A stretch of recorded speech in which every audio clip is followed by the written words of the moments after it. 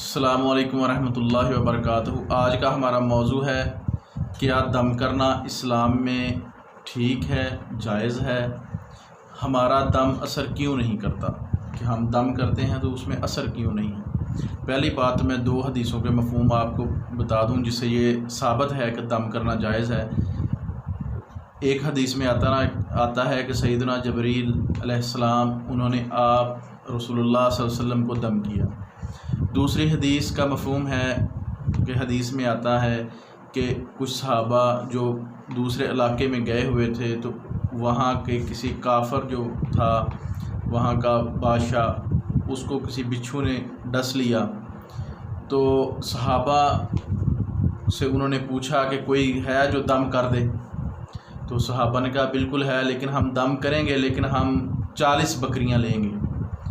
تو انہوں نے کہا ٹھیک ہے۔ تو ایک صحابی نے دم کیا 7 بار سورۃ فاتحہ جو ہے پڑھ کر، تو 7 بار جب پڑھ کر اس کو دم کیا تو اس کی درد بالکل ٹھیک ہوگی اور وہ ٹھیک ہو گیا۔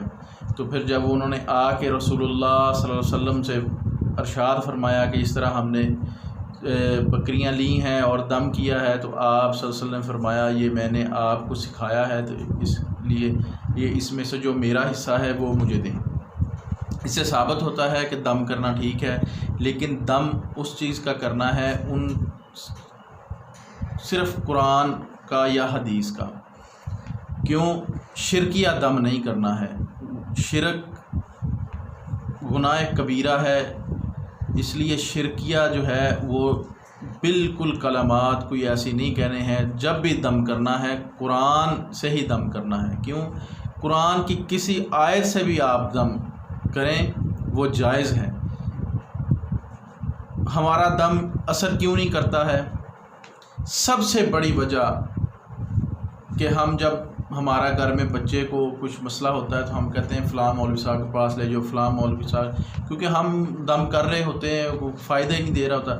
سب سے بڑا مسئلہ ہمارا دم اس لیے اثر نہیں کرتا ہے کہ ہم بے نمازی ہیں، ہم نماز نہیں پڑھتے ہیں۔ یہ سب سے بڑی وجہ ہے۔ سب سے پہلے نماز کی پابندی کریں، اس کے بعد جب آپ نے دم کرنا ہے قرآن کی کوئی بھی آیت جو بھی آپ کو آتی ہے، سورۃ فاتحہ تو الحمدللہ سب کو ہی آتی ہے، سورۃ فاتحہ 7 بار پڑھ کے آپ دم کریں۔ جب دم کرنا ہے تو مکمل پختہ یقین کے ساتھ کرنا ہے، کیونکہ قرآن شفا ہی مومنین کے لیے، قرآن سے بڑھ کر شفا اور کوئی چیز ہو نہیں سکتی۔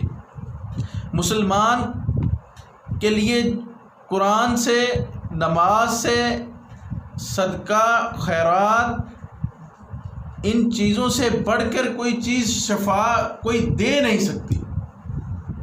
اس لیے میرے بھائیوں، ہمیں سب سے پہلے اس بات پہ یقین رکھنا ہے کہ یہ قرآن میں جو جتنا بھی قرآن ہے، جتنی بھی قرآن میں آیات ہیں، بسم اللہ الرحمن الرحیم سے لے کے والناس تک ساری شفا ہی شفا ہے۔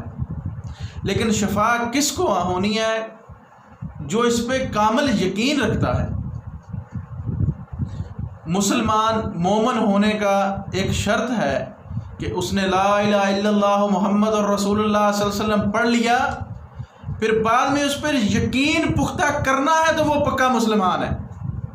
زبان سے لا الہ الا اللہ محمد رسول اللہ کہہ دینے سے اس کا دین کامل نہیں ہو گیا۔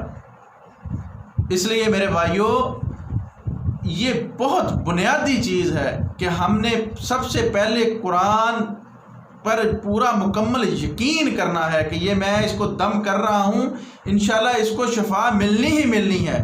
کیوں؟ میرے آقا محمد الرسول اللہ صلی اللہ علیہ وسلم نے یہ تعلیم ہی ہمیں یہ دی ہے کہ جو آپ کو پتہ ہے، جو آقا دو جہاں سرور کونین وہ جو بات کہہ دیں ان میں کوئی شک ہو نہیں سکتی۔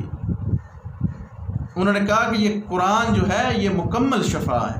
تو اس لیے جب بھی کوئی مصیبت کی گھڑی آئے، جب بھی کوئی مشکل وقت آئے، بچہ بیمار ہے، ٹھیک نہیں ہو رہا، بچے کے پیٹ میں درد ہے، کسی کے سر میں درد ہے، تو قرآن کی جو آیت آپ کو سب سے اچھی آتی ہے، ایک قرآن کی ایک چیز ہوتی ہے کہ اس سے بڑا، اس آیت سے بڑی محبت ہوتی ہے۔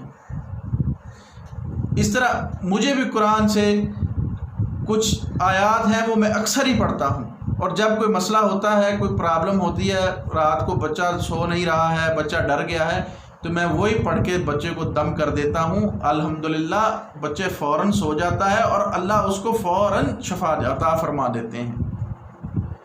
تو اس لیے میرے بھائیوں، نماز کی پابندی جو ہے وہ لازم کرنی ہے، نماز کے بغیر چھٹکارا نہیں ہے۔ آپ نماز کوئی عمل، قرآن پڑھ لیں، کوئی عمل کر لیں، نماز کے پابند نہیں ہے، بے نمازی ہیں، اس چیز کا کوئی فائدہ نہیں ہے۔ جزاک اللہ خیرہ۔